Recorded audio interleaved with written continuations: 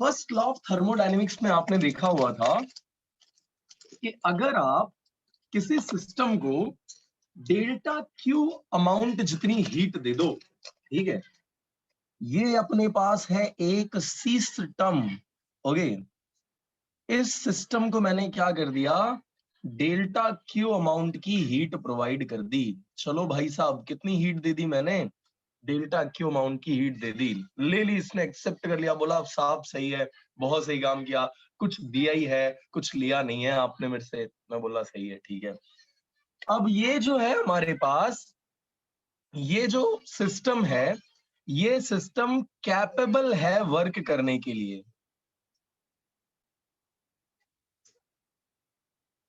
ये सिस्टम है capable work करने के लिए। तो अब दो चीजें इसमें होंगी इस डेल्टा क्यू को देने पर, एक होगा इसकी इंटरनल एनर्जी में चेंज, और दूसरा क्या होगा, बताओ बताओ।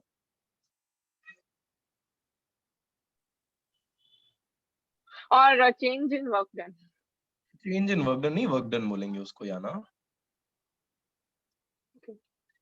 यस, कोई बात नहीं, कोई बात। By law of conservation of energy, what I can say is कि whatever amount of heat I am supplying to the system, that will be equal to change in internal energy plus work done by the system. So delta Q will be equal to delta U plus delta W, और इसे आपने बोला हुआ था first law of thermodynamics. ठीक है, simply आप इसको लिखते थे float, FLOT, right? First law of thermodynamics, right? चलिए, अब हम बात करते हैं स्लॉट की, SLOT, second law of thermodynamics की। क्या बोलता है ये सेकेंड लॉ ऑफ थर्मोडायनेमिक्स, सुनना बात को। सेकेंड लॉ ऑफ थर्मोडायनेमिक्स हमको ये बताता है कि ऐसा कोई भी सिस्टम या इंजन बना पाना इम्पॉसिबल है। It is impossible to construct such an engine which converts 100% of energy, जितनी एनर्जी आपने दी है, इनटू वर्क। यानी अगर आपने टोटल 100% ऑफ एनर्जी दी है, तो उस 100% एनर्जी को कंप्लीटली वर्क में कन्वर्ट करने वाला आज तक कोई इंजन बनाया जा सका नहीं है। और ऐसा स्टेटमेंट जिन्होंने दिया, उन दो साइंटिस्टों का नाम था केल्विन और प्लांक। दो लोग थे इसमें, केल्विन और प्लांक, ये स्टेटमेंट को देने में। और इसीलिए इस स्टेटमेंट को किसकी स्टेटमेंट कहा जाता है, केल्विन प्लांक स्टेटमेंट कहा जाता है। So what is Kelvin Planck's statement for second law of thermodynamics? So it says that it is impossible to construct such a engine which converts 100% of absorbed energy into work. भैया ऐसा कोई engine possible ही नहीं है बना पाना कि जो जितनी एनर्जी तुमने दी है ना, वो पूरी की पूरी एनर्जी को किस में कन्वर्ट कर दे, वर्क में कन्वर्ट कर दे। अब बोलो सर प्रूफ लाओ ने, गप्पो नहीं मारवानो, साबिती आपवानो, बरोबर। तो चलिए इस बात को करते हैं हम थोड़ा सा प्रूव। केवल केवल गुजराती आती है क्या आपको? तो गुजराती हूँ। हाँ, गुजराती लैंग्वेज आई मीन। हाँ आती है। आती है, अच्छा ठीक है। मैं गुजराती हूँ। मतलब मेरे को ऐसा लग रहा था मेरे जैसा कोई इधर तो होएगा, लेकिन कोई नहीं है यार। I am feeling so alone, मतलब एकदम पूरी दुनिया का अकेला इंसान मैं फील कर रहा हूँ। भाई कोई ढूंढ के दो मेरे को जिसकी गुजराती कमजोर हो, मैं उसके सामने ऐसा फ्लो में आ पाऊं, देख मेरे को गुजराती आती है, मजा आए, थोड़ा ऐसा कॉन्फिडेंस बूस्ट हो। मैं बोलता हूँ लोचा हो जाता है। चलो कोई नहीं, मैं आपको ये एक्सप्लेन करता हूँ, इस बात का प्रूफ देता हूँ। ये बाइक चलाएगी क्या किसी ने तुम लोगों में से? नहीं सर, हम ये सब फालतू काम नहीं कराते। हम इसके लिए दूसरे बंदे को रख लेते हैं, वो चलाता है, हम पीछे बैठ जाते हैं। सही है। ओके, फेरिन है, सिद्धार्थ है जिसने बाइक चलाई हुई है, ठीक है ठीक है। ओके यार, उसमें एक पार्ट होता है जिसको अपन बोलते हैं इंजन, बोलते हैं क्या ऐसा कुछ? ये नाम तो सुना है, ऐसा अनजाना सा नाम तो नहीं बोल दिया मैंने? अबे सर आता है, हम अभड़ नहीं है। अच्छा अच्छा ठीक है। अच्छा ये अभड़ क्या होता है? गवार जब पढ़ा गुजराती नहीं में। की। अच्छा अच्छा ओके ओके, जो पढ़ा नहीं है, ठीक है ठीक है। वैसे वैसे इतना स्ट्रेट फॉरवर्ड होने की जरूरत नहीं थी हो सिद्धार्थ, सीधा सीधा इतना नहीं बोल देना था तेरे को। मैं ये इसको अपने ऊपर ले रहा हूँ, तो मेरे को मेरे लिए ही बोल रहा है कि सर आप ही हो इस चक्कर में, तो जिसको समझ में नहीं आई ये बात। चलो, तो अगर आप थोड़ी देर तक बाइक को चलाओ और उसके बाद अपने इस इंजन अंकल के पास जाकर के उनको टच कर लो ना, ये तुमको हार्म कर देंगे, नुकसान कर देंगे, बड़ा बड़ा गरम होता भयंकर नुकसान कर देंगे। हाँ जी, गर्म हो जाता है। तो यार इस इंजन में जो पेट्रोल बर्न हो रहा था, या जो भी आपकी कार का इंजन है जिसमें डीजल बर्न हो रहा था, या पेट्रोल, जो भी वेरिएंट की आपकी कार है उसमें जो फ्यूल बर्न हो रहा था, वो दो चीजें कर रहा था। एक तो ऑब्जेक्ट को मूव कराने का यानी वर्क कर रहा था, और दूसरा कुछ एनर्जी ऐसी थी जो किसके फॉर्म में निकल जा रही थी? हीट के फॉर्म में। तो साउंड भी होना चाहिए। एक ही मिनट है ना।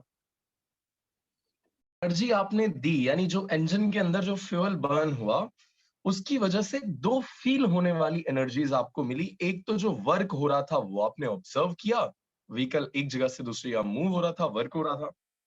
और दूसरा, वो इंजन कुछ हीट हो रहा था। ये जो हीट है ना, ये भी कहां से आया है? इसी इंजन की ही एनर्जी में से आया है। यस और नो? तो क्या आप टोटल की टोटल जो एनर्जी थी इंजन की, उसको आप वर्क में कन्वर्ट कर पाए? 100% एनर्जी को जो इसने एब्जॉर्ब करी थी उसको वर्क में आप कन्वर्ट कर पाए? नहीं। अरे यार, कुछ ही फ्रैक्शन सही, लेकिन वो कुछ फ्रैक्शन भी हीट के फॉर्म में बाहर तो निकल गया। और यार कम हीट नहीं निकलती है, जा करके टच करके देखना, 15-20 मिनट तक बाइक चलाओ और उसके बाद जब टच करके देखोगे ना, एकदम तवे की तरह गर्म होता है, लाल धूम गर्म होए छे। है ना? ठीक है।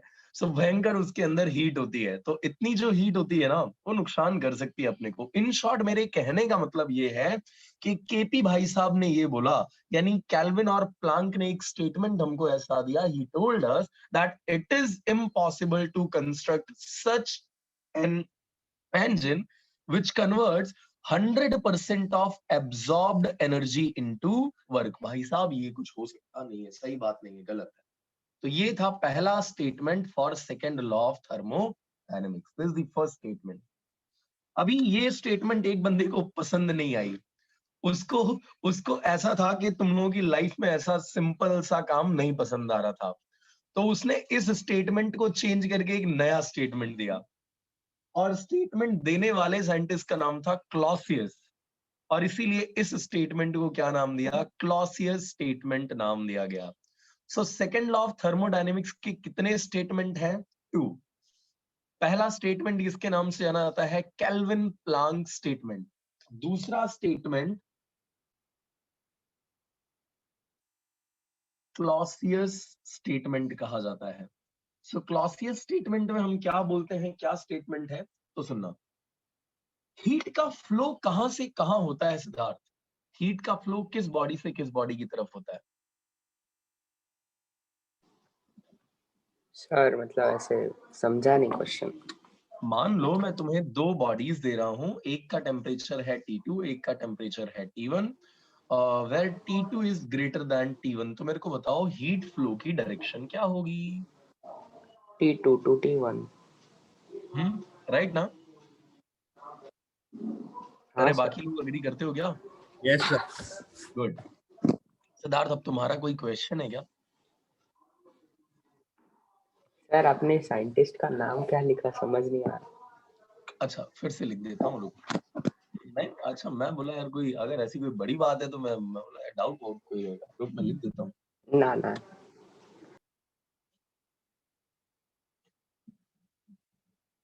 अभी आया क्या? CLAUSIUS, Clausius.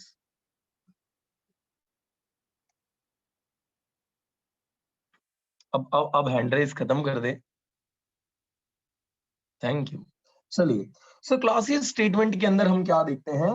एक बॉडी है जिसका टेम्परेचर है सर T2, दूसरी बॉडी है जिसका टेम्परेचर है T1, where T2 is greater than T1। T2 is greater than T1। तो इस केस में हीट के फ्लो होने की ऑटोमेटिक जो डायरेक्शन है वो कहां से कहां हो जाती है, T2 टू T1 हो जाती है। ये बात तो अपन जानते हैं। लेकिन क्या कोई ऐसी कंडीशन पॉसिबल है जिसमें T2 ग्रेटर देन T1 तो हो, पर हीट के फ्लो की डायरेक्शन ऑटोमेटिकली ऐसी हो जाए? क्या ऐसा पॉसिबल है? नहीं पॉसिबल है, नॉट पॉसिबल, हो ही नहीं सकता। और इसी को हम बोलते हैं Clausius statement for second law of thermodynamics, right? Sir एक क्वेश्चन था, मतलब वो जो पॉसिबल नहीं है उसे, कि वो उसको पॉसिबल करके प्रूफ करे, उसे हम क्लॉशियस स्टेटमेंट बोलेंगे। मैं आता हूँ उसके ऊपर, तू सुन तो सही यार, क्यों उतावला क्यों हो रहा है, पहले समझ ले यार, मजे कर आराम से। देख, सो अगर हायर टेम्परेचर से हीट लोअर टेम्परेचर पे ऑटोमेटिकली जा रही है, ऑटोमेटिकली इसके फ्लो की डायरेक्शन अपने को पता है, लोअर से हायर की तरफ एनर्जी जो है हमारी हीट एनर्जी, वो कभी भी ऑटोमेटिकली नहीं जाएगी। उसको ले जाने के लिए आपको वर्क करना पड़ेगा, बाहर से कुछ कुछ एक्सटर्नल वर्क आपको करना पड़ेगा, तभी यहां से यहां एनर्जी ये जाएगी। अब तुम बोलोगे सर ये तो क्या ही बात कर रहे हो। तो आपके घर में एक डिवाइस है जिसके अंदर से एक एक इलेक्ट्रॉनिक्स का सामान है जिसके अंदर से आप ठंडी ठंडी पानी की बोतलें निकाल डालते हो, बताओ क्या नाम है उसका? रेफ्रिजरेटर। रेफ्रिजरेटर। ओवन। ये अनपढ़ कौन आया अब अपनी क्लास में? बताओ बताओ। अनपढ़ नहीं सर, अभण। हाँ, अब्बड़ अभण। अब्बड़ कौन आया? अब्बड़ कौन आया अभी क्लास में? चलो। सर एक डाउट था, सिद्धार्थ, लाइक, सीरियस डाउट है सर, सीरियस अच्छा डाउट, हाँ सीरियस ठीक डाउट। है ठीक है, हाँ हाँ सर फिर। आपने कहा कि टेम्परेचर जिसका हाई होगा वो ट्रांसफर कराएगा जिसका टेम्परेचर कम है उस बॉडी की तरफ या उस ऑब्जेक्ट की तरफ। Sir Right. ऐसा नहीं होगा कि वो दोनों इक्विलिब्रियम में आने के लिए जो टेम्परेचर कम है वो भी अपना बढ़ा के थोड़ा ज्यादा करेगा, मतलब ऐसा दोनों तरफ से होगा अब ना समझो फ्लो सिद्धार्थ, ऑफ। बात बात मैं वही बोल रहा हूँ जो आपने थोड़ा उसको च्युइंगम की तरह स्ट्रेच कर दिया, उसी चीज को, है ना? मैं उसको सिंपली लेके चल रहा था, तुमने उसी चीज को स्ट्रेच किया हुआ है। सुनना बात को, अगर हीट यार यहाँ से यहाँ पहुंच रही है तो पक्की बात है इसका टेम्परेचर राइज हो जाएगा, है ना? हाँ और इसमें से हीट खत्म हो रही है तो पक्की बात है इसका टेम्परेचर लो हो जाएगा। तो इक्विलिब्रियम स्टेट में दोनों के टेम्परेचर इक्वल, तो हम ऐसा बोलते हैं कि there is no heat flow. No heat flow बोलो या ऐसा बोलो, जितनी हीट इस बॉडी में से इस बॉडी में ट्रांसफर हो रही है, सेम अमाउंट ऑफ हीट इस बॉडी में से इस बॉडी में ट्रांसफर होगी। बात वही हुई, है ना? Yes sir. चलिए, तो आपके घर में एक इलेक्ट्रॉनिक गैजेट है जिसे आप बोलते हो रेफ्रिजरेटर। उस रेफ्रिजरेटर के अंदर का टेम्परेचर, हेतवी मैडम, लगभग क्या रखते हो आप अपने रेफ्रिजरेटर का टेम्परेचर? कितना सेट करके रखते हो? ये आना मेरे को चिढ़ा रही है हो, दैट्स नॉट फेयर। मतलब ये चाय शाय पीते रहती है और हमको ऐसे ऐसे वो बता रही होती है, देखो सर एकदम लग्जूरियस लाइफ चल रही है। काफी। हाँ हाँ हाँ भाई भाई, ये स्टार्ट, भले अंदर पानी भर के रखा हो लेकिन बोलेंगे तो कॉफी। सही है। अच्छा अच्छा, ये इसकी जरूरत नहीं थी आना, that's not fair. Hetvi answer my question. Sir, I don't know. घर के फ्रिज का टेम्परेचर कितना है ये तेरे को नहीं बताओ? अरे बाप रे। या ना, सर 7 या 11 अराउंड। 7 या 11 अराउंड, राइट? सो 7 डिग्री सेल्सियस के अराउंड नॉर्मली आप अपने इस फ्रिज को क्या कर, रेफ्रिजरेटर को रख देते हो। एटमॉस्फेयर, आपके रूम का टेम्परेचर कितना होगा? क्या सोचते 25 डिग्री 20 सेल्सियस से एवरेज। 20, या आप नॉर्मली अभी के लिए हम ले लें तो 23 या 20। 24 डिग्री सेल्सियस के अराउंड, राइट? होगा, यही होगा ना? अब जब भी हमारा रेफ्रिजरेटर 20 डिग्री तक पहुंच जाता है तो हम क्या करते हैं? हम रेफ्रिजरेटर को ऑन कर देते हैं और कुछ सेटिंग करते हैं सो दैट इसका टेम्परेचर क्या होने लग जाए, डिक्रीज होने लग जाए। क्या ये काम ऑटोमेटिकली होता है कैसे विदाउट जब टेम्परेचर एक्सपेंडिचर ऑफ 20 हो जाए? इलेक्ट्रिसिटी? क्या ये काम ऑटोमेटिकली होता है without expenditure of electricity, without doing any no external sir. Work? No. No. मान लो आपने फ्रिज को बंद रखा हुआ था, रेफ्रिजरेटर को कुछ टाइम के लिए बंद रखा हुआ था, टेम्परेचर बढ़ जाएगा, लेट्स से 20 डिग्री तक पहुंच गया। तो अब अगर उसे डिक्रीज करना है, कम करना है, तो क्या ये टेम्परेचर ऑटोमेटिकली कम हो जाएगा, अपने आप कम हो जाएगा? नहीं, ऑन करना पड़ेगा, एनर्जी स्पेंड करनी पड़ेगी, एनर्जी खर्चा करना पड़ेगा। यानी कम टेम्परेचर से ज्यादा टेम्परेचर पर अगर आप एनर्जी लेके जाना चाहते हो, एनर्जी को बाहर निकालना चाहते हो इधर से, तो आपको एक्सटर्नली क्या करना पड़ेगा, वर्क करना पड़ेगा। And this makes the second law का दूसरा स्टेटमेंट, जिसको हम बोलते हैं क्लॉसियस स्टेटमेंट। सुनना बात को ध्यान से। It is impossible to design a self acting machine. It is impossible to design a self-acting machine which takes the heat from cold reservoir and gives it back to hot reservoir without any external work. This is the Clausius statement. फिर से सुनना. It is impossible to construct a machine which takes heat from cold reservoir and gives it to hot reservoir without any external work. अगर आप कहीं भी cold reservoir से heat को निकाल करके हॉट रिजर्वायर में डाल रहे हो, तो आपको करना क्या पड़ेगा, कुछ एक्सटर्नल वर्क करना पड़ेगा।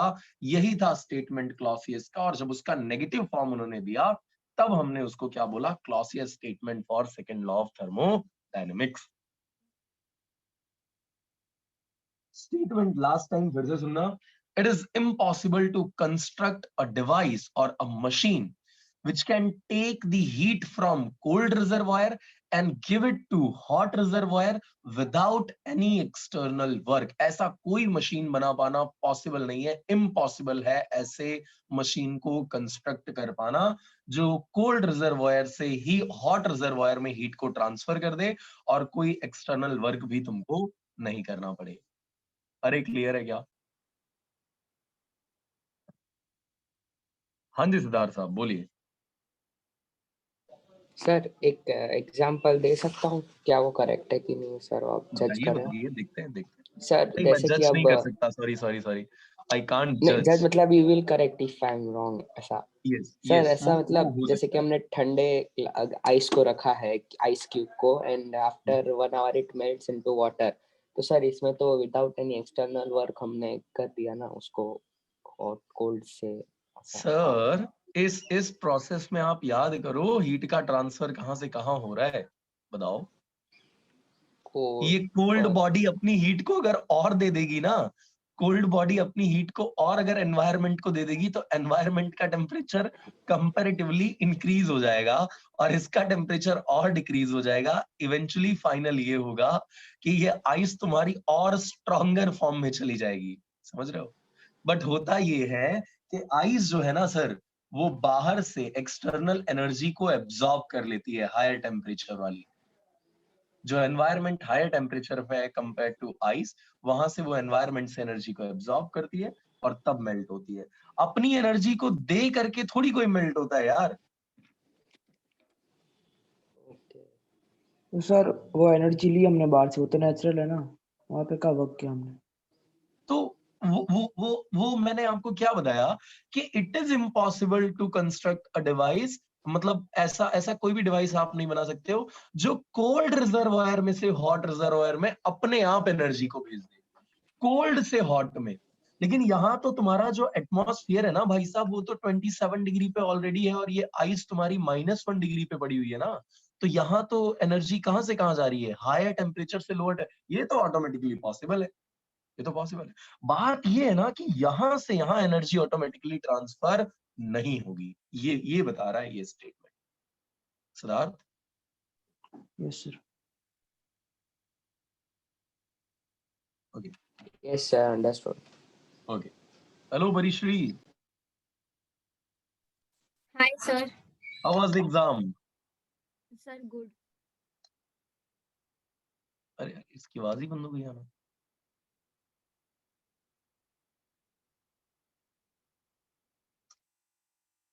चलिए कोई बात। Okay, so that's it from my side for this session. मतलब इस आज के सेशन के लिए नहीं, न्यूमेरिकल्स करने हैं। तुम लोगों की खुशी मेरे को बर्दाश्त नहीं हो रही थी, है ना? चलो, तो चलिए न्यूमेरिकल स्टार्ट करते हैं। सबसे पहले we are going to solve the numericals of 12 point. Sir yes, sir ये हमें 0.1 2 फिर 3 5 6 7 ये सब नहीं है सिलेबस में। पॉइंट 1 2 3 5 6 एंड 7 तू पूछ रही है कि बता रही है मेरे को? नहीं, मैं पूछ रही हूँ कि नहीं है हमें। यस, सिर्फ थर्ड लॉ, ये सेकंड लॉ ऑफ थर्मोडायनेमिक्स अपने को पढ़ना था। सर रेफ्रिजरेटर है उसके बाद? हम्म, रेफ्रिजरेटर है सर अपने टॉपिक में? नो। ओके। चलिए, so first we are going to solve the numericals from 12.1. Read कर दो यार, पहला न्यूमेरिकल क्या है 12.1 का?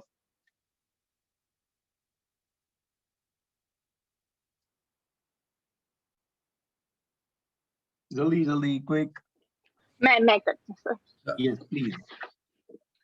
A geyser heats water flowing at the rate of 3 liters per minute from 27 degrees Celsius. एक ही मिनट याना, rate of flow of water हमको दे दिया है यहाँ पे। Rate of flow of water कितना दिया हुआ है? 3 liters per minute. 3 litre per minute, ठीक है। यस, अगला। From temperature 27 degrees Celsius to 77 degrees Celsius. So initial temperature was T1 is equal to 27 degrees Celsius and final temperature T2 was 77 degrees Celsius. If the geyser operates on a gas burner, what is the rate of consumption of fuel if its heat of combustion is? Rate of consumption of fuel, ये हमें determine करना है। Yes. And heat of combustion is 4 into 10 raised to power 4 joule per gram. Heat of combustion, तो ये combustion की heat हमें कितनी दी हुई है? 4 into 10 raised to power 4 joule per gram. Okay, ठीक है। क्वेश्चन बड़ा इंटरेस्टिंग है। पहले तो इस अजीब है क्वेश्चन थोड़ा। का थोड़ा मीनिंग समझ लेना यार कि ये बता क्या रहा है। देखो, ये बता रहा है ना कि जिस फ्यूल को आप बर्न कर रहे हो, जिस फ्यूल को आप बर्न कर रहे हो ना, जब उसके 1 ग्राम के अमाउंट को आप बर्न करते हो, तब वो 1 ग्राम का अमाउंट 4 into 10⁴ जूल जितनी एनर्जी क्या कर देता है? प्रोवाइड कर देता है। आई क्या बात समझ में? Heat of combustion 4 into 10⁴ joule per gram, यानी हर ग्राम बर्न करने पे, हर 1 ग्राम बर्न करने पे हमें कितने जूल की एनर्जी मिलेगी? 4 into 10⁴ जूल की एनर्जी मिलेगी। क्या ये बात इतनी क्लियर है आपको? हार्ट है ये पूरे क्वेश्चन का। अगर ये समझ में आया तो बाकी बातें आ जाएंगी क्लियर। अच्छा, कन्वर्जन्स के जो फैक्टर्स होते हैं ना, उसमें एक चीज आपको पता होनी चाहिए कि 1 लीटर जो होता है उसको हम 1000 ग्राम के फॉर्म में कंसिडर करते हैं। 1 लीटर इज ओह वाओ, सारे स्टैंडर्ड हो यार तुम लोग। सो 1 लीटर को हम क्या लेके चलते हैं? 1000 ग्राम लेकर के चलते हैं। तो ये जो rate of flow of water दिया हुआ है ना, वो 3 लीटर पर मिनट को मैं 3 इंटू लीटर की जगह पे क्या रिप्लेस कर देता हूं? 1000 ग्राम, और ये क्या आ जाएगा? पर मिनट, यानी ये हो जाएगा 3000 ग्राम पर मिनट। यानी हर मिनट के अंदर, हर 1 मिनट के बाद कितना वाटर फ्लो कर जाता है? 3000 ग्राम वाटर फ्लो कर जाता है। आ रही है क्या बात समझ में? और टेम्परेचर जो हमें दिया हुआ है दैट इज 27 डिग्री सेल्सियस, और ये जो टेम्परेचर हमें दिया हुआ है वो कितना है? 77 डिग्री सेल्सियस। कोई मेरे को बता सकता है what will be the value of delta T? Delta T कितना हो जाएगा? 50 degrees Celsius. Very good. उसको मैं T2 माइनस T1 करके 77 माइनस 27 लिखूंगा, और फिर ही हो जाएगा 50 डिग्री सेल्सियस, राइट? बहुत बढ़िया, ठीक है। अब देखो, according to the formula of specific heat capacity, C equals to क्या होता है? Delta Q divided by m delta t, right? होता है क्या? सर एम या एन? m M. ये मैं मोलर स्पेसिफिक हीट कैपेसिटी की नहीं बात कर रहा हूँ Farren, I am talking about specific heat capacity. अगर मोलर बोल दिया जाए तो यहाँ m नहीं आएगा, तब यहाँ n आ जाएगा, राइट? सो जो वाटर हमारे पास होता है उसके लिए स्पेसिफिक हीट कैपेसिटी की वैल्यू नोन है। कोई मेरे को बता सकता है क्या वैल्यू होती है वाटर के लिए? 4.2 जूल पर ग्राम पर kelvin. Wow. C for water, specific heat capacity for water is 4.2 joule per gram पर डिग्री सेल्सियस या पर केल्विन, जो भी आप बोलो दोनों सेम होते हैं, क्योंकि यहाँ चेंज इन टेम्परेचर की बात होती है। तो चेंज इन टेम्परेचर चाहे आप सेल्सियस में लो चाहे आप केल्विन में लो, दोनों ही स्केल पे चेंज कैसा आता है, सेम आता है, ठीक है? सो ये हमने यहाँ पर रख दिया। चलिए मैं यहाँ से m को सब्जेक्ट बनाता हूँ इक्वेशन को, तो m यहाँ पे और c यहाँ पे, तो m इज इक्वल टू हो जाएगा डेल्टा क्यू डिवाइडेड बाय, बोलो delta T. Yes, delta Q की वैल्यू कितनी है? वही तो फाइंड करनी है sir. Q equal to MC delta theta. Delta T, yes. Replace कर दो वैल्यूज।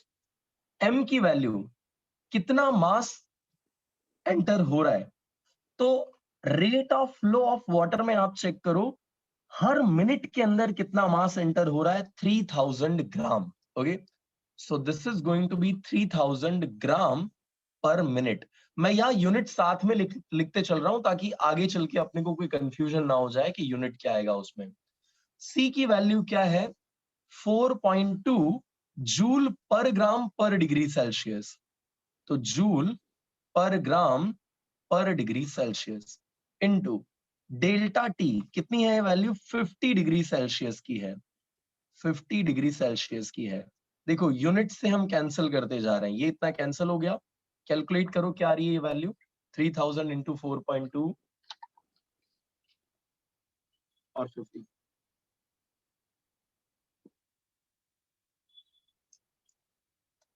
सर 6,30,000। अरे बाप रे, ये वो तो 6,30,000। वो थोड़ा अलग करके बता दे यार, पॉइंट पॉइंट सही से। सही से अच्छा एक से 63 into 10 raised to 4। यानी 6.3 into 10⁵ joule per minute. Okay, so ये हमारे डेल्टा क्यू की वैल्यू है, ठीक है? ये डेल्टा क्यू की वैल्यू है, राइट? अरे समझे क्या बात को? हाँ। ओके, हमको डिटरमाइन करना था rate of consumption of fuel, fuel किस रेट से कंज्यूम हो रहा है, और हमारे पास जो एनर्जी आई है वो एनर्जी है 6.3 इंटू 10⁵ जूल पर मिनट की, राइट? हाँ।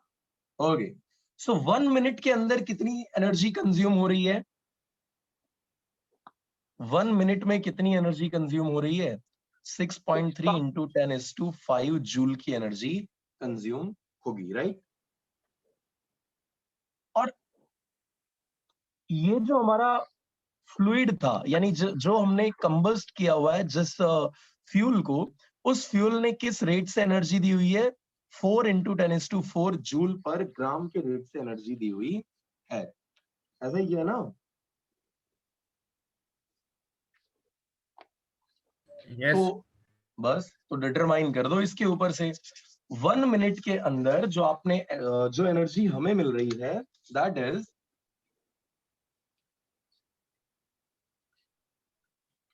1 मिनट के अंदर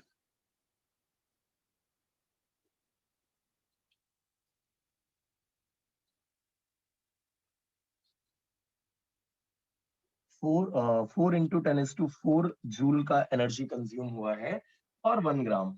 हमको फाइंड आउट करना है ये जो एनर्जी हमारी आई है, अरे यार कहाँ गया, 6.3 into 10⁵,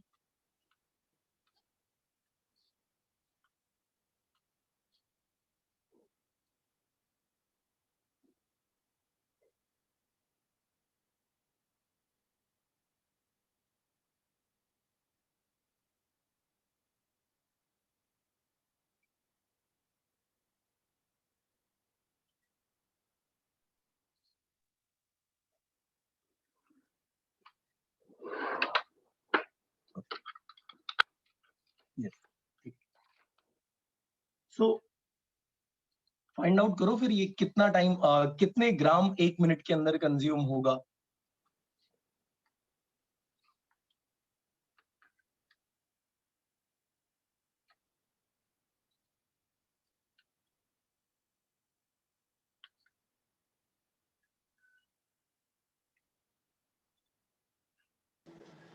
Sir, yes, can you repeat? Can you repeat? Can you repeat? Find out कीजिए 1 ग्राम में कितना फ्यूल कंज्यूम होगा।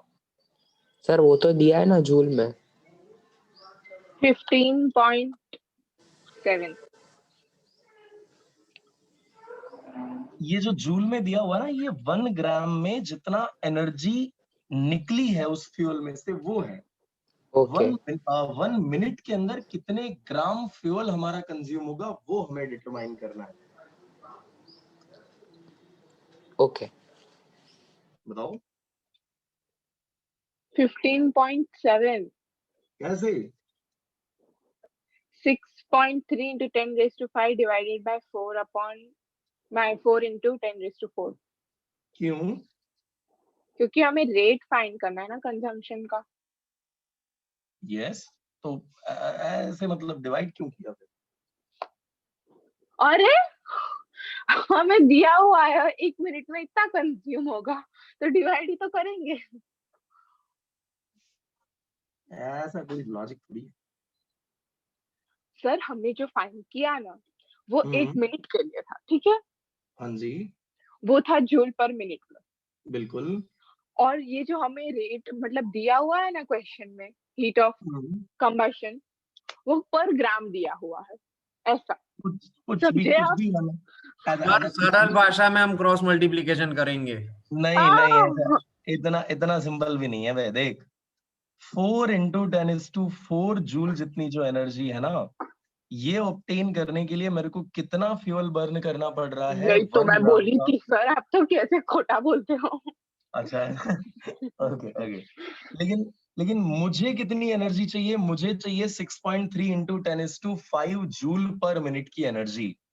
तो 6.3 into 10⁵ जूल पर मिनट मुझे चाहिए। तो इसके लिए मुझे कितना फ्यूल कंज्यूम करना पड़ेगा, चलिए फाइंड आउट करते हैं। सो लेट्स से जो अमाउंट ऑफ फ्यूल है मैं उसको x से रिप्रेजेंट कर दे रहा हूं।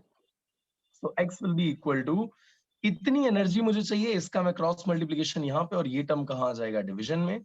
So it will be 6.3 into 10⁵ joule per minute divided by into 1 ग्राम भी आएगा तो इंटू 1 ग्राम, और डिवाइडेड बाय हो जाएगा 4 into 10⁴ जूल।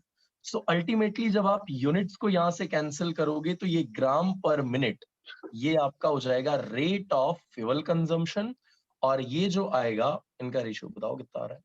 15.75 15.75 इतना जो है वो हमारा rate of consumption of fuel हो जाएगा।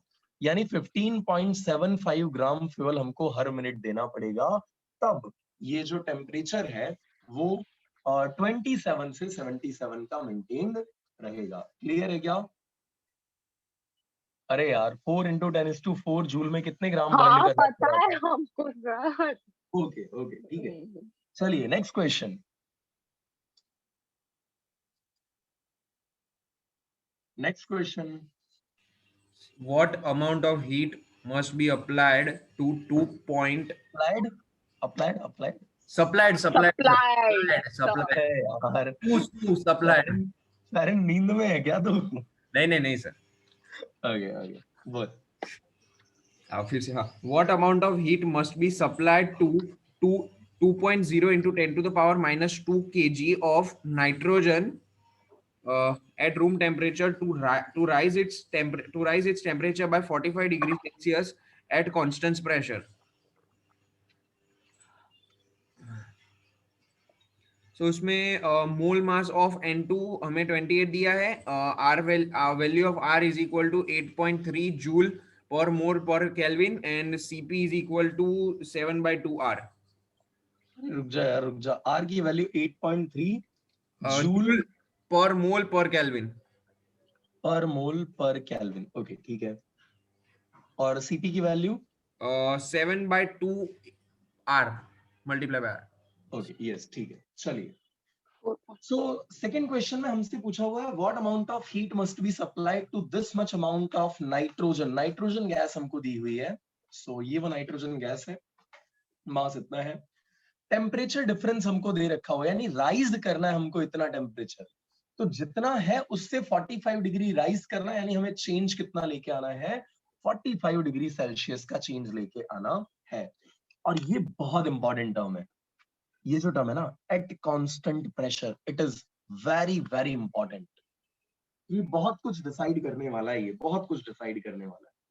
चलिए अब अगर यहां मेरे से गैस की बात की हुई है, N2 गैस की बात की हुई है, तो गैसेस के लिए मैं मोलर स्पेसिफिक हीट कैपेसिटी का डिस्कशन करता हूं।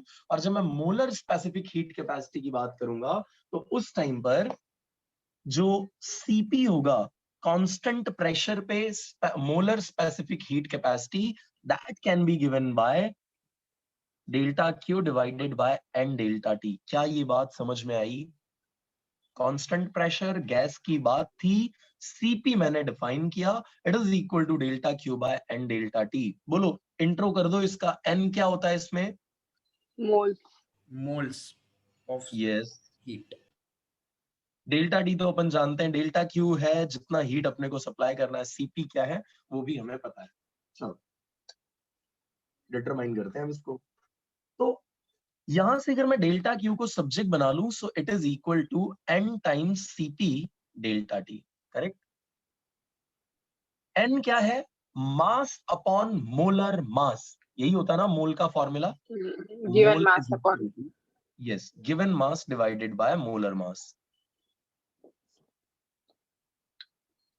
याद होना चाहिए यार ये तो। गिवन मास याद कितना तो है? 2 into 10 20. is to minus 2 kilogram divided bye, अब ये किलोग्राम में दिया हुआ है, ध्यान देना इस बात पे, ये किलोग्राम में दिया हुआ है। और ये जो आप लेते हो ना N2 का जो मोलर मास है, उसको आप किस में कंसिडर करके चलते हो? ग्राम में। दोनों यूनिट सेम नहीं है, सेम कर देना उसके बाद ही सॉल्व करना, नहीं तो गड़बड़ होगी। तो इसको आपने कन्वर्ट कर दिया ग्राम में, ये आ गया 10:3। किलो था ना, किलो को ग्राम में कन्वर्ट करने के लिए 1000 का multiplication, divided by molar mass कितना था? 28, तो ये हमने रख दिया। सीपी की वैल्यू तो यार मस्त क्वेश्चन में ही दे रखी है, 7/2 r, 7/2 r into delta T. Delta T की वैल्यू कितनी है? 45 डिग्री है, सही है ना। हम्म। अब ये r अननोन है क्या अपने को? क्वेश्चन में दिया हुआ नहीं, वो Value दी हुई यूनिवर्सल है sir, कांस्टेंट होता है सर। अब वो मेरे को पता है sir, I was just thinking कि तुमको पता है सर के नहीं। चलो ये 2 और ये 2 कैंसिल, ये टर्म और ये टर्म कैंसिल हो जाएगा, 10 की पावर 1 बचेगी, और 7 4 टाइम्स, यानी 10 डिवाइडेड बाय 4 इंटू 8.3 इंटू 45। यार फटाफट कोई अगर गुजरात बोर्ड वाला है तो कैलकुलेटर दमादम पीट दो। ऐसा नहीं करते सर, खुद करना चाहिए। हाँ खुद करो, बिल्कुल।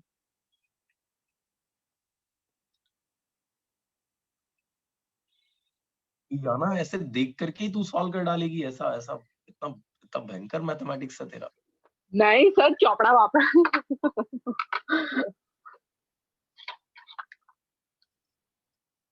अरे मिस्टर फ्री इलेक्ट्रॉन, सॉल्व किया यस क्या सर। तूने? अरे सॉल्व तो कर दो यार। Sir, सर समय लगता है ना थोड़ा। 933.75.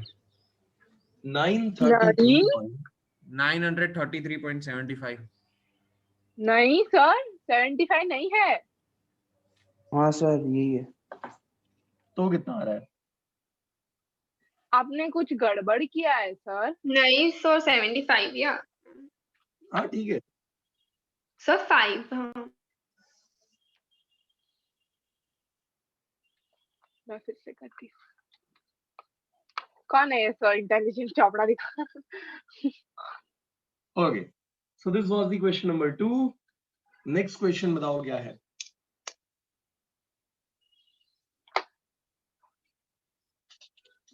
हाँ हाँ सिद्धार्थ रीड कर सकता है। अरे सर रुको, कैलकुलेट कर। अच्छा अच्छा ऐसा है। ये क्यों ला रहे हो सर? मैं तो कैलकुलेट कर रहा था। छोड़ो छोड़ो। मैं कौन सा यार बैठा हुआ हूँ कहीं पे। चलो बताओ नेक्स्ट क्वेश्चन क्या है। Sir 1 gram of water at 100 degree Celsius is oh converted भाई into steam. सिद्धार्थ, ऐसा बात किसी को भान पड़े। चेन्नई चेन्नई एक्सप्रेस नहीं बने यार, ऐसा ऐसा आराम से चलते हैं ना। 1 gram of water इतना भी आराम से नहीं, रुक जा थम जा। मास हमको दे रखा हुआ है 1 ग्राम, ठीक है। of water at 100 degree Celsius ठीक है, is converted into steam at same temperature. हाँ मतलब स्टीम में if चला the गया। if the volume of steam is 1670 centimeter cube, 1670 centimetre cube, ठीक है। find the change in internal energy of the system.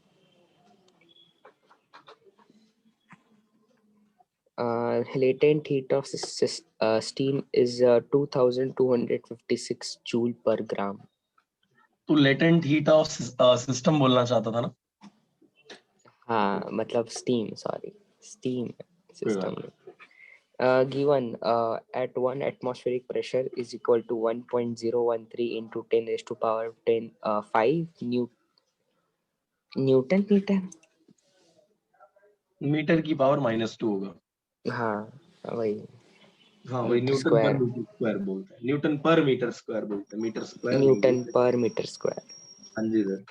Answer है 2086.829 जूल। वाह वाह वाह, मतलब क्वेश्चन के साथ साथ आंसर भी बता दिया, क्या ही बात है यार, मतलब ऐसा ही नहीं, अब होना तो इससे कराओ सर क्वेश्चन, इससे कराओ। बोल तू आगे, बोल क्या होगा, बोल। सर अलग ही नहीं नशे बोल। कर रहे हैं, सही है, अलग ही लेवल पे चल रहा है काम का। चलो ठीक है। अलग ही नशे करके बैठे हैं।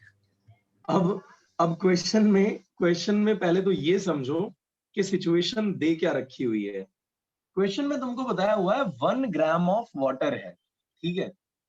1 ग्राम ऑफ वाटर है, इसका मतलब वो कितने लीटर होगा बता सकते हो क्या?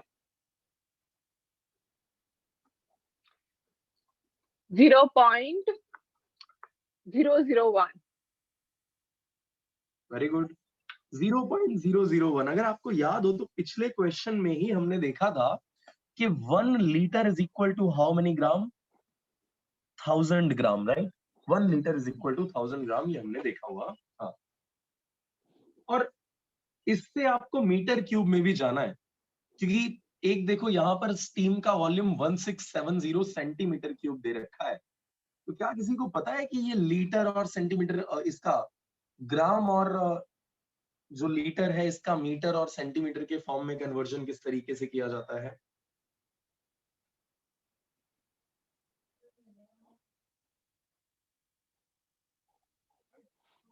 अरे किसी को भी पता है क्या? नहीं आता सर वो तो। नहीं आता, कोई बात नहीं। चलो देखो, 1 ग्राम वाटर का मतलब है 1 ग्राम वाटर का मतलब है 10⁻³ किलोग्राम जितना वाटर, राइट। जब मैं 1 ग्राम बोलता हूं तो 10⁻³ किलोग्राम उसको बोल सकता हूं।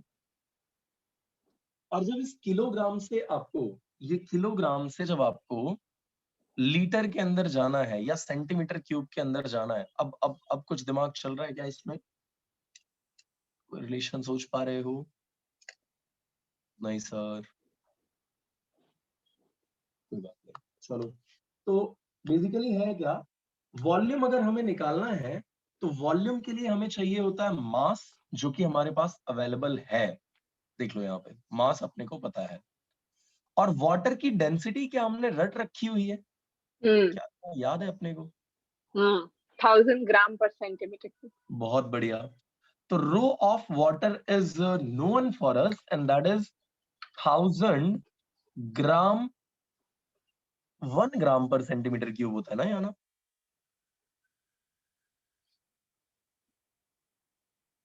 हाँ 1 gram per centimetre cube, sorry 1000 करे थे ना आप सबके सर। यस ठीक है। So rho of water is known for us that is this much. तो अगर मैं वॉल्यूम कैलकुलेट करना चाहूं तो V इज इक्वल टू हो जाएगा मास डिवाइडेड बाय डेंसिटी। अरे याद है ना, rho is equal to mass upon हाँ वॉल्यूम। हाँ इधर उधर इंटरचेंज कर दो, m divided by rho. What is m? 10⁻³ kilogram divided by what is rho? 10⁻3, 10⁻6, और ये हो जाएगा मीटर क्यूब, राइट? ये मैंने मीटर क्यूब में कन्वर्ट कर दिया. क्या इसको मैं मीटर क्यूब में कन्वर्ट कर सकता हूँ? कोई बहुत बड़ा काम है क्या? नहीं. Simple. 1 centimetre is equal to 10⁻² metre. तो जब आप यहाँ पे 10⁻² रख के उसका क्यूब करोगे, so answer will be 1670 into 10⁻6 metre cube. हो जाएगा क्या ये? तो स्टीम का वॉल्यूम तुमको पता चल चुका है, वाटर का वॉल्यूम तुम्हें मालूम था, राइट? अब अगर फर्स्ट लॉ ऑफ थर्मोडायनेमिक्स आप जानते हो, आपने याद किया हुआ है उसका स्टेटमेंट, तो delta Q was equal to change in internal energy plus P times delta V, ऐसा इक्वेशन आता था. अब देखो, डेल्टा वी के लिए तुम्हारे पास दो वॉल्यूम अवेलेबल है, स्टीम का वॉल्यूम और वाटर का जो ओरिजिनल वॉल्यूम था वो. तो डेल्टा वी यहां से निकलेगा. पी की वैल्यू आपको क्वेश्चन में दे रखी है एटमॉस्फेरिक प्रेशर, तो एटमॉस्फेरिक प्रेशर में पी आपको मिल जाएगा. हीट कितनी सप्लाई होगी, ये मेरा कंसर्न है, ये एक्सप्लेन करना इज माय ड्यूटी. उसके बाद डेल्टा यू का इक्वेशन आएगा delta Q minus P delta we. ये कैलकुलेशन आप करोगे. मैं इसकी बात पे आता हूं. मैं बताऊं? यस, बताइए. क्योंकि सर स्टीम है, लैटेंट हीट ऑफ स्टीम दिया है ना, तो हम लैटेंट हीट ऑफ वेपराइजेशन करेंगे, बहुत तो बढ़िया, ml आएगा. बहुत सही है. देखो, हमने 11th चैप्टर के अंदर ये चीजें पढ़ रखी हुई हैं कि अगर कोई बॉडी का टेम्परेचर राइज होता है तो उस टाइम पर हम यूज करते हैं mc delta T, right? Temperature change होता है तो. लेकिन अगर उसकी फेज चेंज होती है तो लेटेंट हीट के फॉर्म में इस इक्वेशन को Q इक्वल्स टू क्या लिखा जाता है? ml लिखा जाता है. मास आपको पता है, लेटेंट हीट भी आपको पता है. देख लो क्वेश्चन में, तो यहां पर हम रखेंगे ml minus P delta we. Replace कर दो वैल्यूज. m की वैल्यू है 1 ग्राम और ये जो l की वैल्यू है दैट इज 2256 जूल पर ग्राम. तो 2256 जूल पर ग्राम. ग्राम से ग्राम कैंसिल हो जाएगा, इसीलिए मैंने उसके यूनिट के कन्वर्ट करने में कोई झंझट लिया नहीं है. जूल आ गया ये इतना पार्ट. तो माइनस p की वैल्यू 1.01 इन 013 भी है, हाँ 3 भी है, okay, into 10⁻5 delta we. Delta we कैसे निकालोगे? दोनों वॉल्यूम का सब्सट्रैक्शन यार. 1670 इंटू 10⁻6 माइनस 10⁻6. देख लो, ये तुम्हारा फाइनल वॉल्यूम था स्टीम का, जब स्टीम बन गई फाइनल वॉल्यूम, और ये था इनिशियल वॉल्यूम. तो फाइनल वॉल्यूम में से हमने क्या किया? इनिशियल वॉल्यूम को सब्सट्रैक्ट कर दिया. निकाल लो 10⁻6 इसमें से common. So this will look like 2256 minus 10⁻6. जब आप कॉमन लोगे तो 5 - 6 दैट इज -1, 10⁻1 आएगा. सो 1.013 इंटू 10⁻1 1670 -1 आ जाएगा. सॉल्व करो इसको, बताओ क्या आंसर आया.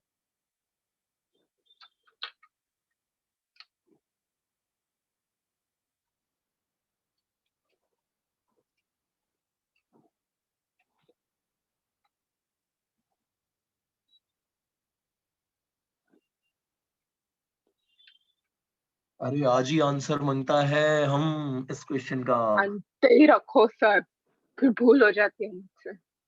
अरे ये तो वीडियोस ऑफ हो गए यार. अच्छा, हितवी नहीं अकेले बंद किया, और परिश्री ने तो ऑन ही नहीं किया था, इसलिए उसका बंद करने का कोई क्वेश्चन ही नहीं उठता है. The camera is not working. परिश्री ने कुछ बोला पर मेरे को आवाज नहीं आई. बोल रही है कैमरा इश्यू, ऐसा कुछ बोल रही है.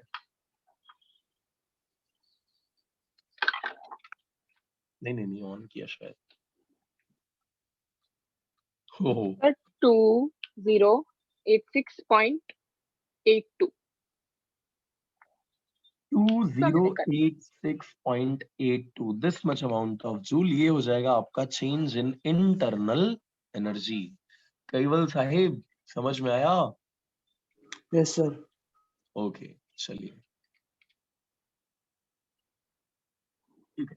So this was the question number 3. Fourth question क्या है? जल्दी बताओ, आज खत्म हो जाएगा. है ही नहीं. ये खत्म हो गया. Wow, amazing. तो चलो अभी 12.2 के टाटा बाय बाय. नहीं, अभी 12.2 के.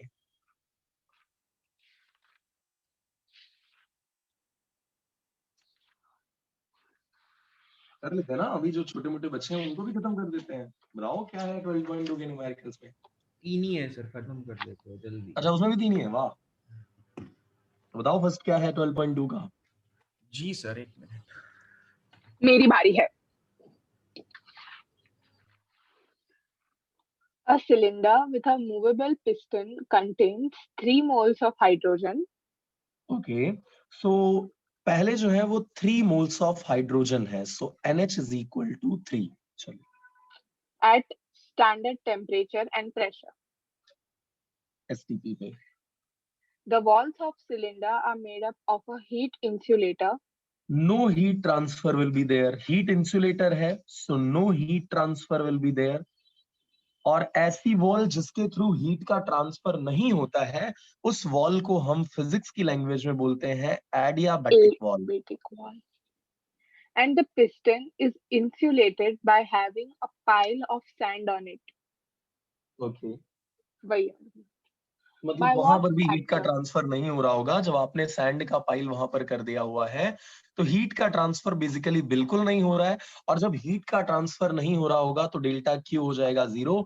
और इस लॉजिक से आपको याद होना चाहिए कि ऐसी प्रोसेस जिसमें नेट हीट ट्रांसफर 0 हो जाता है, उस प्रोसेस को क्या कहा जाता है? एडियाबैटिक प्रोसेस कहा जाता है. चलिए, By what factor does the pressure of the gas increase if the gas is compressed to half of its original volume? Okay, तो प्रेशर कितना इंक्रीज होगा? चलिए ले लेते हैं. P इंक्रीज का फैक्टर क्या होगा? सो एक्चुअली हमें फाइनल प्रेशर फाइंड आउट करना है, वो कितना होगा. इनिशियल प्रेशर जो है वो स्टैंडर्ड टेम्परेचर एंड प्रेशर वाला कंडीशन है, सो ये हमें पता है. और जो वॉल्यूम है उसको हम क्या कर दे रहे हैं? हाफ कर दे रहे हैं ओरिजिनल वॉल्यूम का. सो V2 is equal to V1 का हाफ. राइट? अरे कंडीशन समझ में आई क्या? So because there is no heat transfer between system and surrounding, adiabatic walls हैं, पूरी तरह से insulated है. तो what can we say is, हम ऐसा बोल सकते हैं कि ये प्रोसेस पूरी तरह से adiabatic प्रोसेस होगी. और किसी भी adiabatic प्रोसेस के लिए जो इक्वेशन आता है, जो रिलेशन आता है प्रेशर और वॉल्यूम के लिए, that relation is PV raised to gamma is equal to constant, है ना? जिसको अगर हम दो कंडीशंस के लिए अप्लाई करें सेम गैस के लिए, सो P1 V1 raised to gamma is equal to P2 V2 raised to gamma. हमें P2 की वैल्यू फाइंड आउट करनी है इन टर्म्स ऑफ P1. तो चलिए P2 और P1 का रेशियो लेते हैं. सो P2 बाय P1. इस P1 को मैंने इस तरफ भेजा, V2 को इस तरफ ले आ रहा हूं. So that will be V1 की power gamma divided by V2 की पावर गामा. कॉमनली अगर मैं इसको लिखना चाहूं तो I can write it as V1 by V2 की पावर गामा. सही है क्या?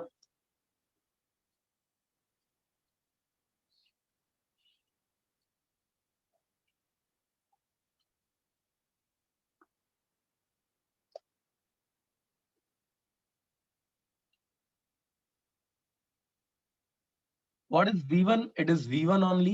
V2 क्या है? That is V1 by 2. Final volume is half of the original. So final volume is V2, half of the original. That means V1 by 2. So V1 divided by 2 वो कहाँ चला आएगा? Multiplication में.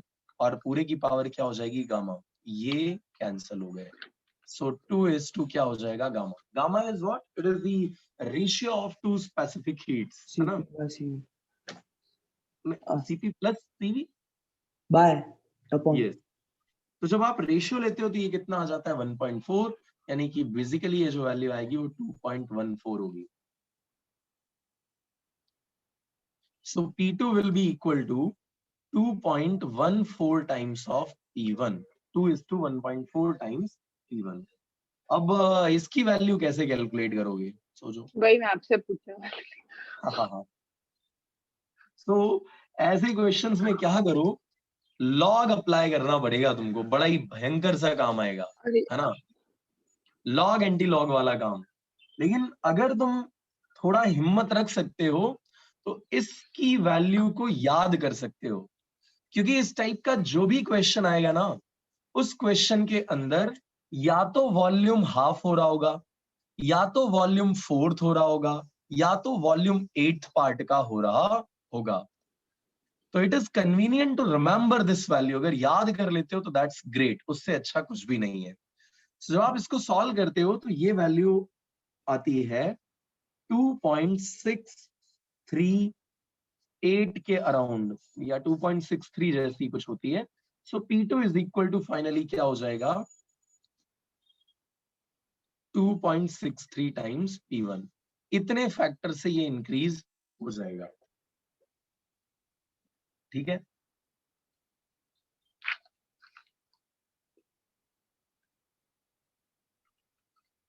अरे आई क्या बात समझ में? हाँ सर। ठीक है, नेक्स्ट बताइए क्या है।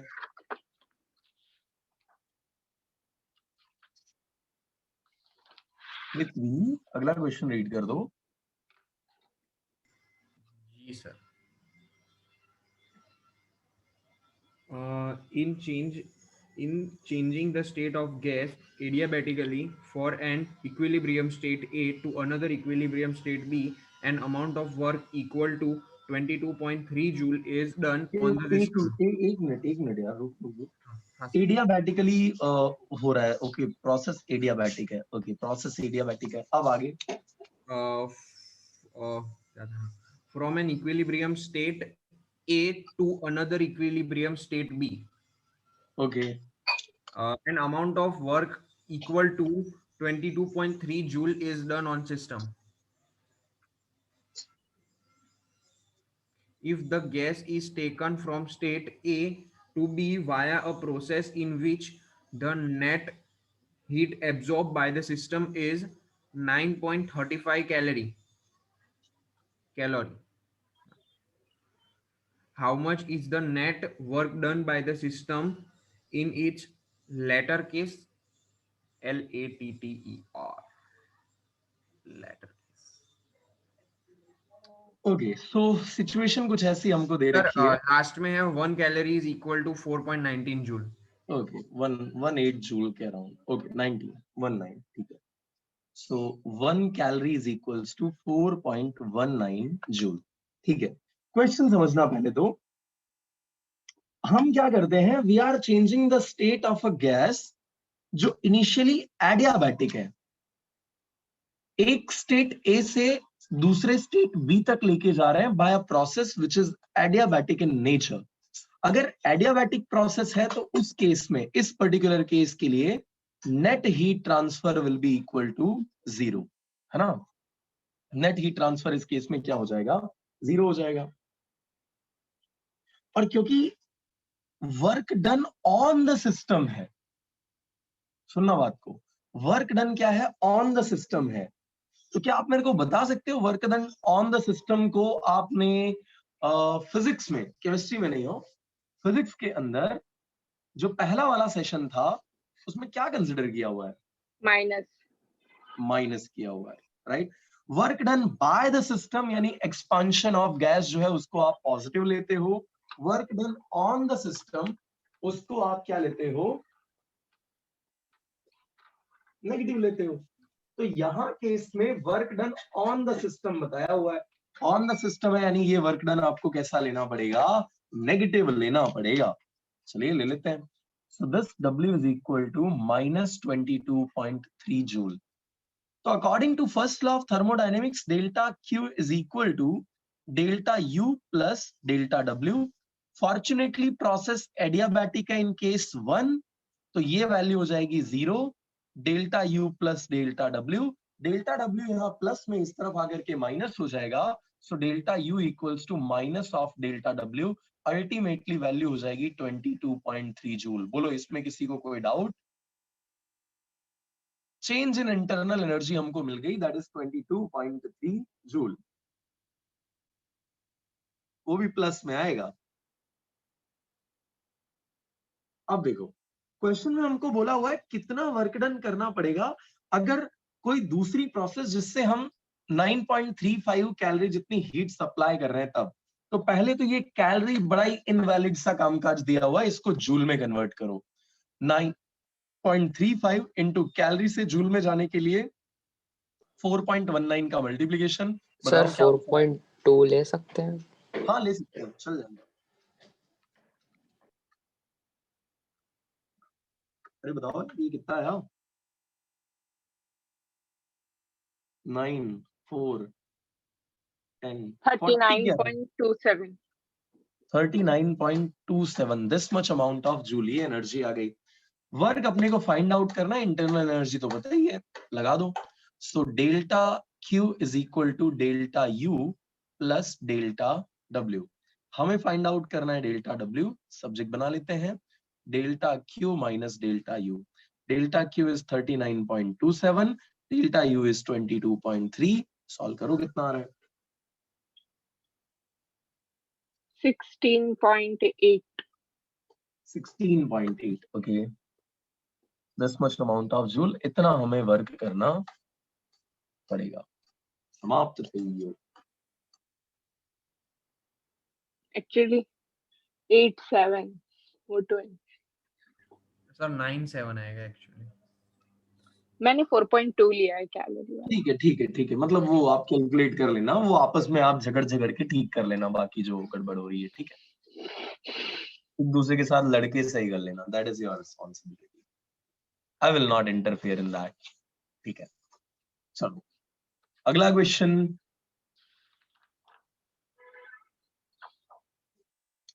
ये भाई नेक्स्ट क्वेश्चन बोलो ने। हाँ sir. 3 moles of an ideal gas. Okay 3 moles दिए हुए हैं और गैस हमारी दी हुई है आइडियल। ठीक है। Kept at a constant temperature of 300 K. 300 kelvin. Are compressed from a volume of 4 liter to 1 liter. Compression हुआ है 4 लीटर टू 1 लीटर पे। So V1 is equal to 4 litre और V2 इज इक्वल टू हो गया है 1 litre. Done. Calculate the work done given R is equal to 8.31 joule per mole per Kelvin. 8.31 joule per mole per kelvin. ठीक है और bracket में उद्गम। Bracket में अरे यार ये तो लॉग वाला समझ चाहिए। ये भी डेटा दिया हुआ है, ये भी डेटा दिया हुआ है। चलिए सो बेसिकली हमको फाइंड आउट करना है कितना वर्क डन होगा। ठीक है, अगर आपको याद हो तो ऐसी प्रोसेस जिसके अंदर टेम्परेचर हो जाता है कांस्टेंट, उस प्रोसेस को हम बोलते हैं आइसोथर्म। हाँ जी बिल्कुल। और आइसोथर्मल प्रोसेस के लिए वर्क डन की इक्वेशन आपने निकाली हुई है, क्या है equation? 2.303 nRT log V1 upon V2 for compression. Yes ये अच्छी बात तुमने बताई। मेरे बिना क्या 2.3 होता सर, क्या हाँ जी होता।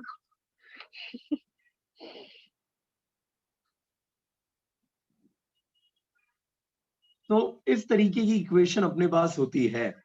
अगर आपने नॉर्मली इस इक्वेशन को नहीं देखा हो, नहीं समझा हो ध्यान से, तो 12.2 जो हमारा सेशन है उसके अंदर शायद सेकंड पेज के ऊपर आइसोथर्मल प्रोसेस दी हुई है। आइसोथर्मल प्रोसेस का लास्ट पॉइंट जो है, 8 पॉइंट्स टोटल आपसे डिस्कस किए गए होंगे, उसमें जो 8th पॉइंट है that is about work done.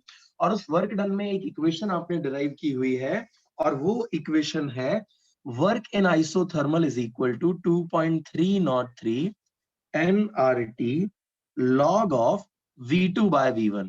But be aware of that, ये इक्वेशन आप तब लगाते हो जब क्या हो रहा होता है, एक्सपांशन हो रहा होता है। और ये इक्वेशन तब लगती है जब कंप्रेशन हो रहा होता है। यहाँ वॉल्यूम 4 लीटर से 1 लीटर पे जा रहा है, कंप्रेस हो रही है, इसीलिए हम इस इक्वेशन को अप्लाई कर रहे हैं। ठीक है, चलिए, so how we are going to do that? Simple है यार, वैल्यूज रखना है और तो कुछ करना ही नहीं है। 2.303, what is the value of n? That is 3. r कितना है? 8.31. 8.3. T की वैल्यू हमें केल्विन में ही दे रखी है, that's great, 300 kelvin. Log of V1 की वैल्यू है 4 लीटर और V2 की वैल्यू है 1 लीटर। लीटर से लीटर कैंसिल हो जाएगा, so this will become unitless, that's why conversion का अपने को कोई दिक्कत नहीं था। अब ये log 4/1, log 2 की वैल्यू तो यार रट्टा मार ही लेना, ये तो याद कर ही लेना, बहुत काम आने वाला है। केमिस्ट्री के अंदर भी भर भर के काम आएगा ये।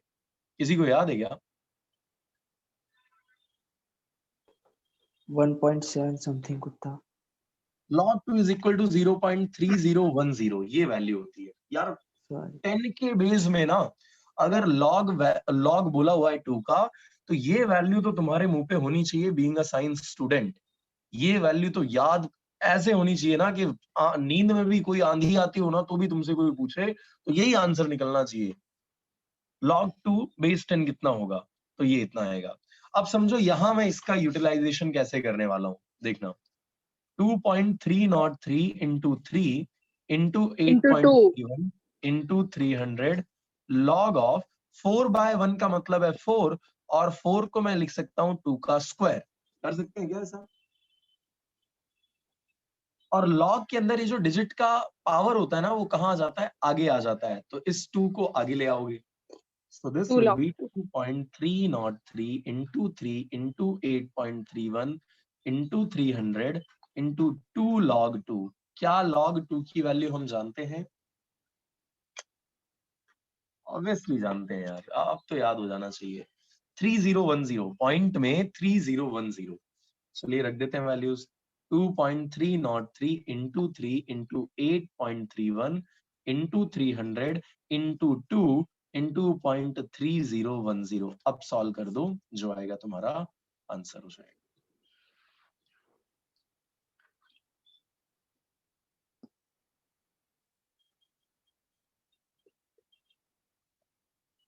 अगर आप में से कोई गुजरात बोर्ड या आईएससी का स्टूडेंट है जिसे कैलकुलेटर मिलने वाला है, तो आईएससी वालों के लिए तो बहुत ही बढ़िया है, वो सीधे लॉग करके और ये सीधा उनको बटन ही प्रेस करने हैं और कुछ नहीं करना है। उनको तो साइंटिफिक होता है ना सर। हाँ वही बोल रहा हूँ ना, उनको कोई टेंशन ही नहीं है। अब अगर मान लो आप में से कोई गुजरात बोर्ड का बंदा है और उसको ऐसा है कि हाँ सर मेरे पास भी तो कैलकुलेटर है, क्या मेरे लिए कोई ट्रिक है? तो आंसर है हाँ जी, आपके लिए एक ट्रिक है। कोई है क्या ऐसा बंदा जिसको जो है अपने पास यहाँ गुजरात बोर्ड? पेन क्या है आंसर कैलकुलेटर में? पैरिन और केवल है। ठीक है, चलो देखो, तो एक सेकंड ना सर, कैलकुलेट ही कर रहा हूँ सर मैं बस। एक ही मिनट बचे। अच्छा ठीक है, कैलकुलेट कर लो, फिर उसके बाद मैं आपको बताता हूँ trick, how to find out the log of a value by using a simple calculator. और वो मेथड और डिफिकल्ट होने वाली है शायद तुम्हारे लिए। सिद्धार्थ ये बोल,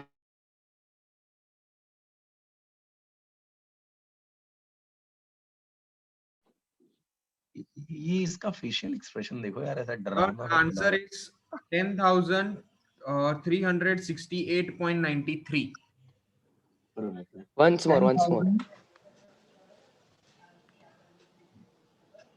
नहीं 10,368, हाँ इतना तो मेरे को समझ में आया। आगे 0.93 जूल।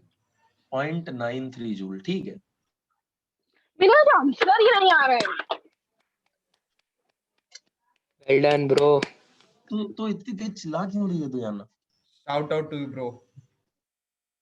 ओके चलो अभी ये भाई बंदी बाद में करना। यहाँ देखो, किसी भी डिजिट का अगर आपको लॉग निकालना है, लेट से 4 का आपको लॉग निकालना है बाय यूजिंग सिंपल कैलकुलेटर, आप क्या करो, कैलकुलेटर में पहले ये नंबर टाइप कर दो, 13 टाइम्स रूट प्रेस करो। 13 टाइम्स रूट? हाँ, under root root root root root root ऐसा 13 टाइम्स करो। स्माइल देखो सीबीएसई वालों के फेस से कि हाँ सर अभी तो सही काम करवा रहे हो आप इनसे। किया सर, कर दिया। इसके बाद बच्चे -1 कर दो उसके बाद -1 कर दिया सर। into 3558 करो, मल्टीप्लाइड बाय 3558। 3558 वो भी कर क्या दिया। क्या आंसर आपका 0.6020 के आसपास आ रहा है? आ गया सर, एग्जैक्ट आया। यस। मतलब सभी के लिए ऐसे ही करना है, सिर्फ 4 के हाँ जी बदले साहब, कुछ और बिल्कुल नंबर? बिल्कुल। सर कोई भी आपने डिजिट बुक के सिवाय कैलकुलेटर भी रट सर लिया है। 2 बार 4 करना है अपने? नहीं, 2 बार 4 नहीं करना है यार, एक ही बार ओके 4 प्रेस करना है। हाँ एक बार जो भी डिजिट का आपको रूट निकालना है वो नंबर पहले प्रेस कर दो, फिर 13 टाइम्स रूट प्रेस करो, -1 करो और इंटू 3558 कर दो। जो आएगा वो आपका फाइनल आंसर हो जाएगा। और ये मेथड आपकी केमिस्ट्री में बहुत काम आने वाली है। सर लगा दिए।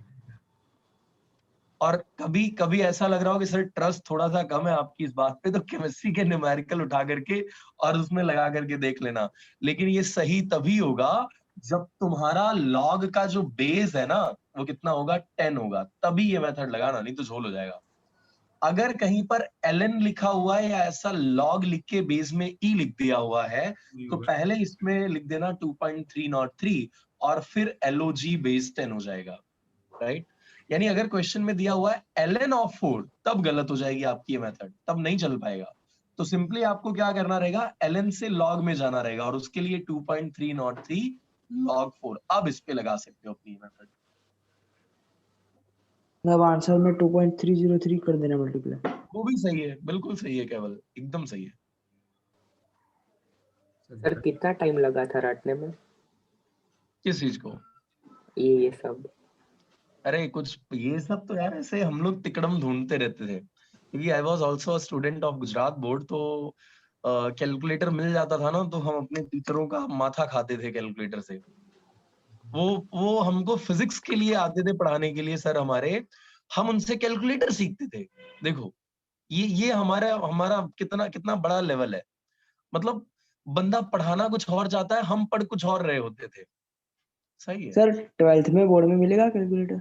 हाँ जी साहब, बिल्कुल मिलेगा, गुजरात बोर्ड बेचारे के सर। स्टूडेंट की एडवांटेज है। ये सर गजब चीज दी है सर, गजब, मजा आ गया। इसके इसके अलावा एक और आता है, पता है, क्यूब रूट फाइंड आउट करने का। सर वो भी बताओ ना एक बार। हवे जवा दे, जब जब जब अगले किसी सेशन में अपने को जरूरत पड़ेगी तब मैं तुमको बता दूंगा, डोंट वरी।